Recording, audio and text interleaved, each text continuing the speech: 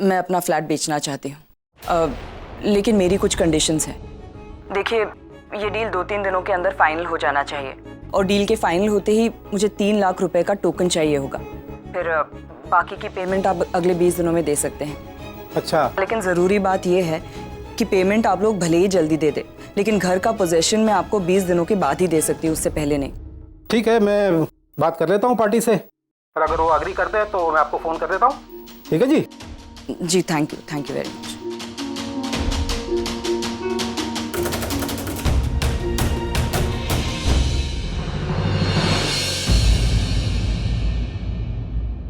रागिनी, तो ये घर, चल अंदर चल।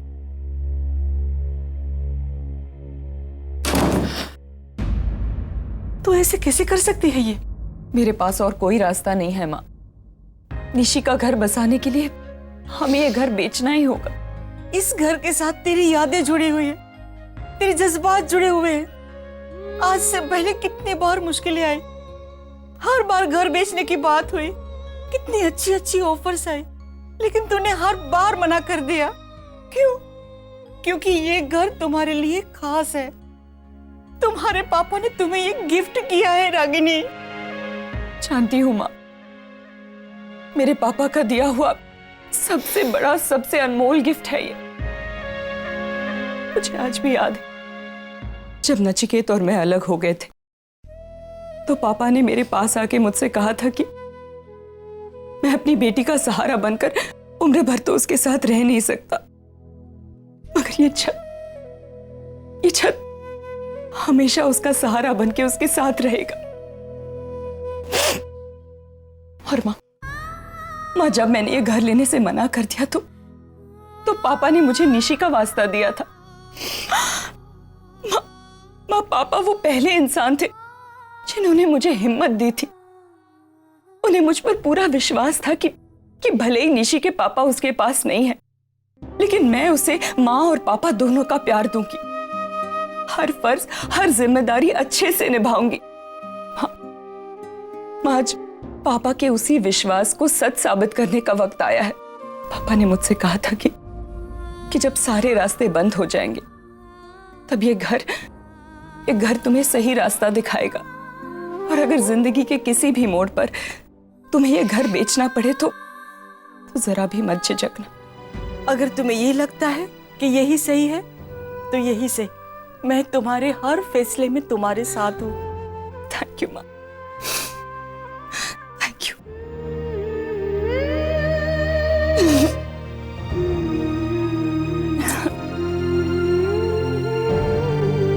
नानी, आई बेटा। क्या है, क्यों चिल्ला रही है? नानी, सुबह से आगम के 15 मैसेजेस आए हैं। ढोकलों के नाम पे रट लगा रखी है। मुझे तो लगता है रात भर सोया ही नहीं ढोकलों के नाम पर। कहाँ है ढोकले? ये रहे, सब कुछ तैयार है। ढोकला, चटनी, सब कुछ तैयार करके रखा है मैंने। देख ले। वाह, थैंक यू नानी। अब दुनिया की सबसे बेस्ट नानी हूँ। चल, अब मस्का मत मार। ठीक है, अब मैं चलती हूँ, लेट हो रही। ध्यान से जाना। हाँ।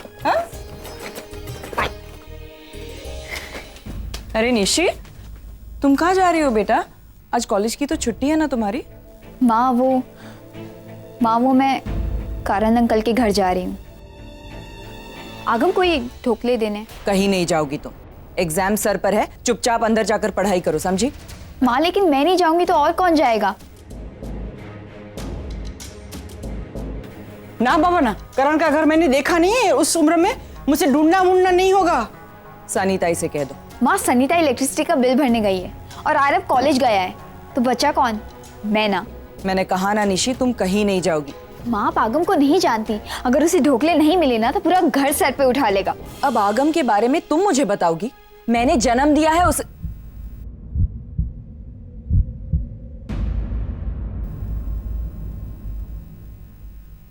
करण का घर मेरे रास्ते में पड़ता है, ढोकले मैं ड्रॉप कर देती हूँ। लाओ। अरे पगली, जाने दे उसे। तू जाए कि वो जाए, बात तो आगम तक ढोकले पहुंचाने की है ना। आपने देखा नानी, कैसे उन्होंने मुझे अपने भाई से भी नहीं मिलने दिया। अरे मेरे बच्चा, उसने तुझे इसलिए मना किया कि वो खुद जाके अपने बेटे से मिलेगी।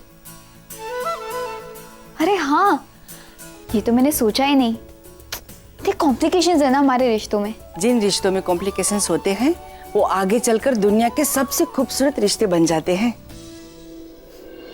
I hope so.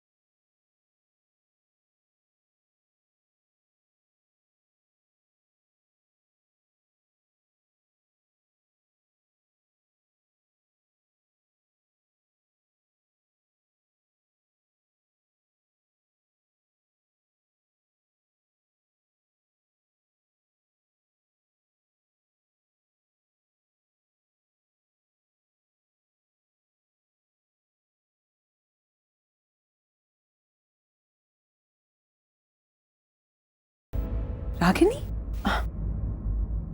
तुम यहाँ? वो आगम के लिए ढोकले लेकर आई थी इसलिए। रागिनी प्लीज, तुम्हें मेरे घर आने के लिए एक्सप्लेनेशंस और जस्टिफिकेशन देने की कोई ज़रूरत नहीं है। ये तुम्हारा भी घर है, तुम जब चाहे यहाँ आ सकती हो। नहीं, मैं वैसे भी निकल ही रही थी। अरे नहीं नहीं, ऐसे कैसे चली जाओगी? तुम इतने सालों बाद मेरे घर आई हो, ब्रेकफास्ट के बगैर तो नहीं जाने दूंगी। तुम बैठो, मैं तुम्हारे लिए ब्रेकफास्ट लेकर आती हूँ। ओके, गुड मॉर्निंग नीम। हाय रागिनी। हाय। अच्छा लगा तुम्हें याद देख के।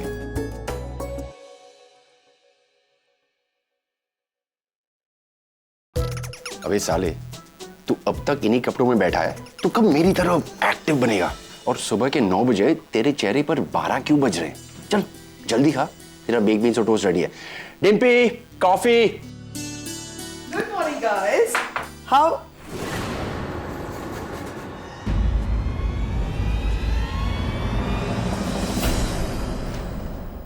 वो क्या है ना, नींद तो खुल गई लेकिन बुरे सपने जो है आंखों के सामने अब भी मंडरा रहे।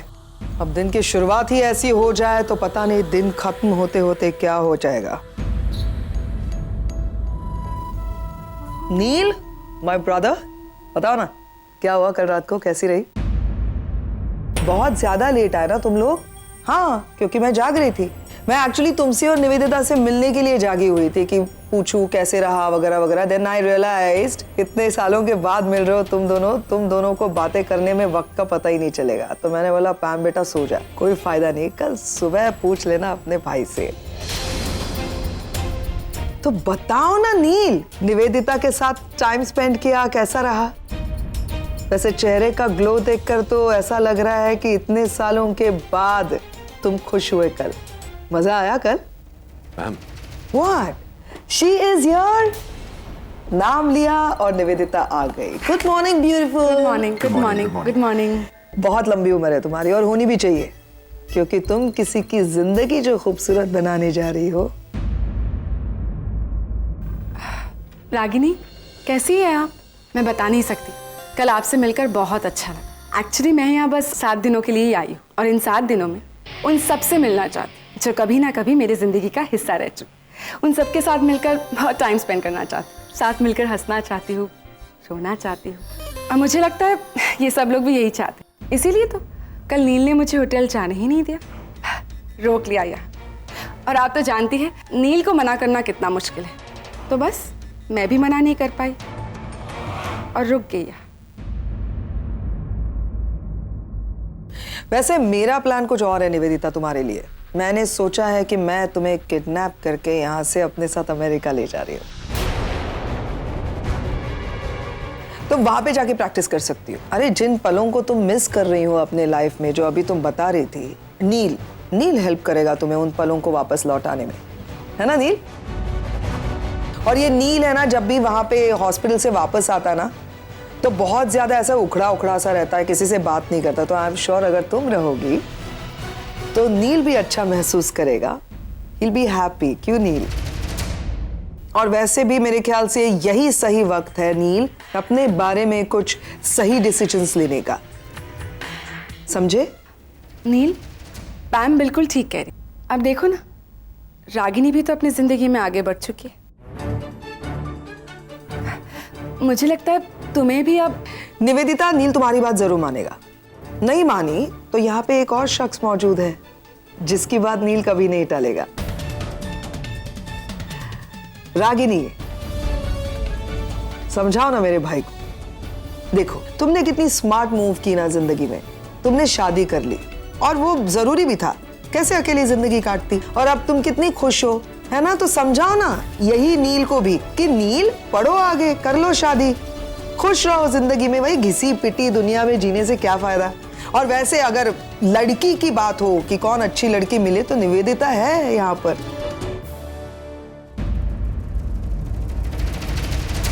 And that's enough. Please. मैं चलती हूँ। अब रागिनी, मैं तुम्हें बाहर तक छोड़ के आता हूँ। I'll just be back.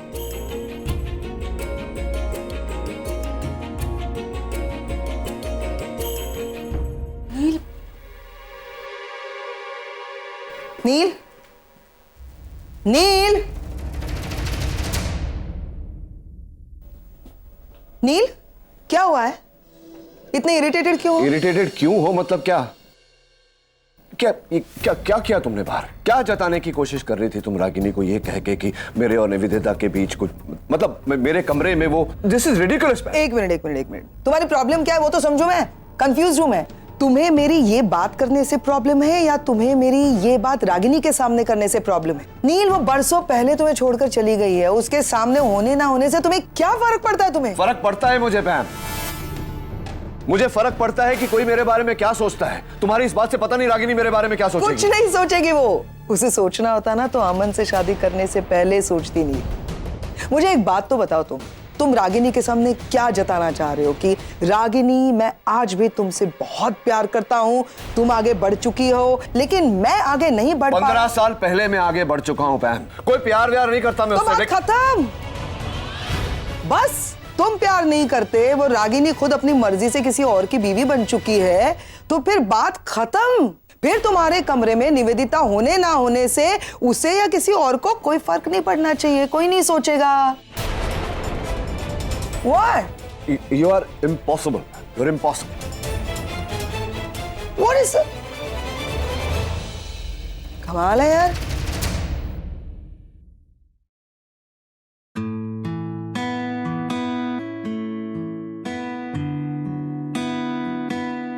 Hello ma'am, good morning.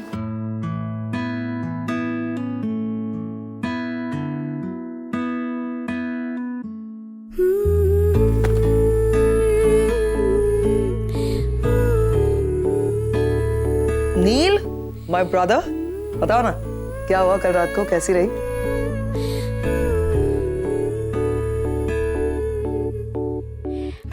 वैसे चेहरे का ग्लो देखकर तो ऐसा लग रहा है कि इतने सालों के बाद तुम खुश हुए कल। नील, बहुत इंतजार करवाया तुमने मुझे। मैंने कहा, मैं भूल गया था। I am sorry. Bar bar sorry मत कहो। मेरी नजरों में तुम्हारी जगह सॉरी और थैंक्स से कई ऊंची है। तुम्हारे लिए 2-4 घंटे तो क्या, सारी जिंदगी इंतजार कर सकती।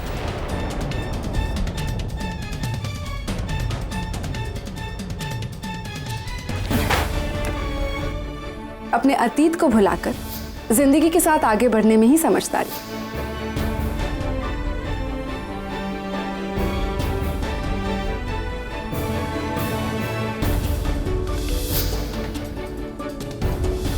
हेलो डॉक्टर नील।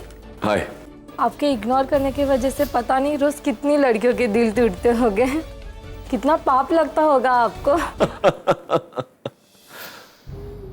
एक वक्त था जब कोई उसे छू भी लेता था तो मुझे जलन होती थी।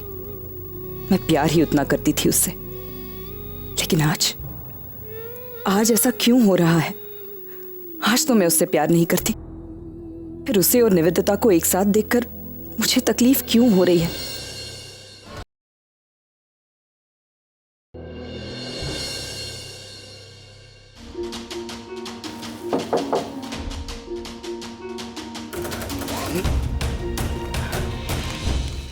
Yes sir. रागिनी, वो परी को फिर से एडमिट किया है और इस बार उसकी कंडीशन ज़्यादा क्रिटिकल है। थैंकफुली डॉक्टर नील यहाँ पर है तो आई होप सिचुएशन जल्दी कंट्रोल में आ जाएगी। लेकिन तुम्हें वहाँ उसके पास जाना होगा, उसे मॉरल सपोर्ट की ज़रूरत है। अरे बेटा, बस बस बेटा, ऐसे रोते नहीं है, बिल्कुल चुप। अब मैं आ गई हूँ ना, कुछ नहीं होगा तुम्हें। हाँ सिस्टर, डॉक्टर नील को बुलाइए, रिपोर्ट्स देना। तो आप अकेली आई है, इसके पापा नहीं आए? वो अब हमारे साथ नहीं है।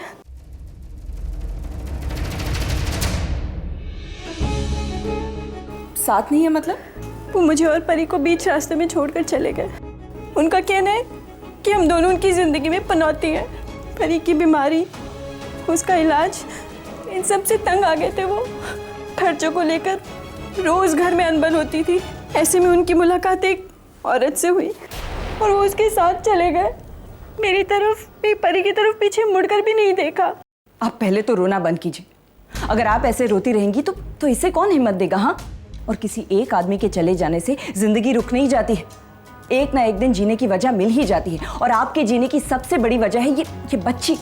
आपको इसके लिए जीना है, इसे अच्छी परवरिश देनी है, अच्छा भविष्य देना है। और मैं आपसे वादा करती हूँ कि इसे कुछ नहीं होगा, समझिए आप? एक्सक्यूज मी, शायद आप भूल गई रागिनी जी कि ये हॉस्पिटल है। यहाँ आवाज और जज्बात दोनों काबू में रखने पड़ते हैं। सर, पेशेंट की केस हिस्ट्री। इसकी कोई जरूरत नहीं सिस्टर। डॉक्टर नील जब किसी दिल को छू लेता है तो उसकी हर धड़कन से वाकिफ हो जाता है। प्लीज बचा लीजिए इसे। इसके साथ साथ इसकी माँ की जान भी जुड़ी हुई है।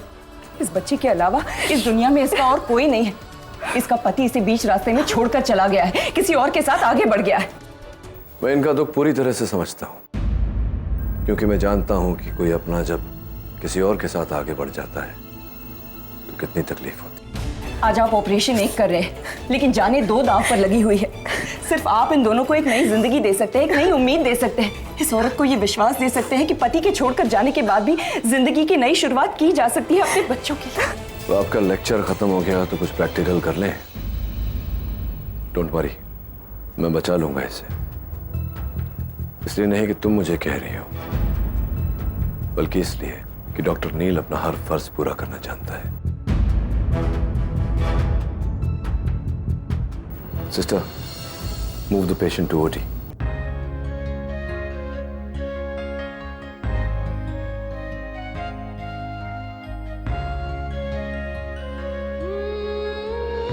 रागिनी, क्या हुआ? तुम इतनी परेशान क्यों लग रही हो?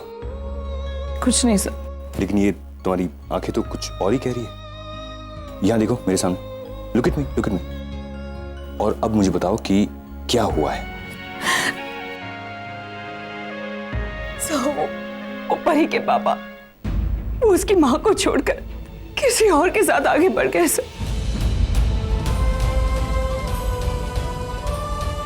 तो तुम इसलिए रो रही हो क्योंकि तुम्हें लगता है कि वो भी अपनी लाइफ में आगे बढ़ गया।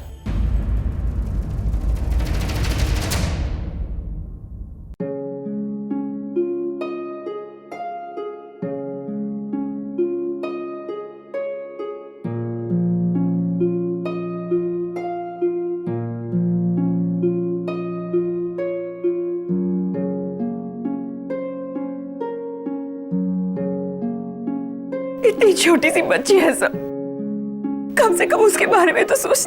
रागिनी देखो, प्लीज रागिनी।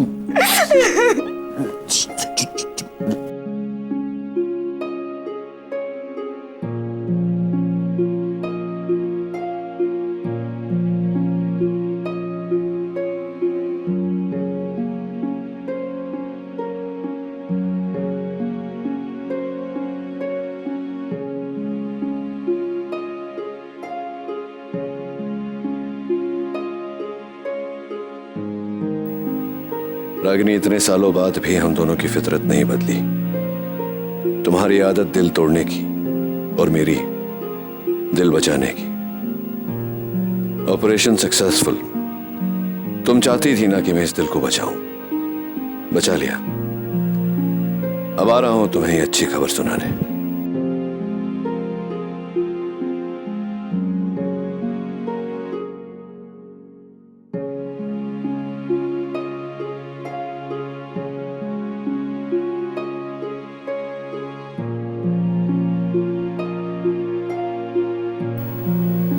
सही कहती है बहन, कुछ लोग बड़ी आसानी से अपनी जिंदगी में आगे बढ़ जाते हैं। काश मुझ में भी यह हुनर होता।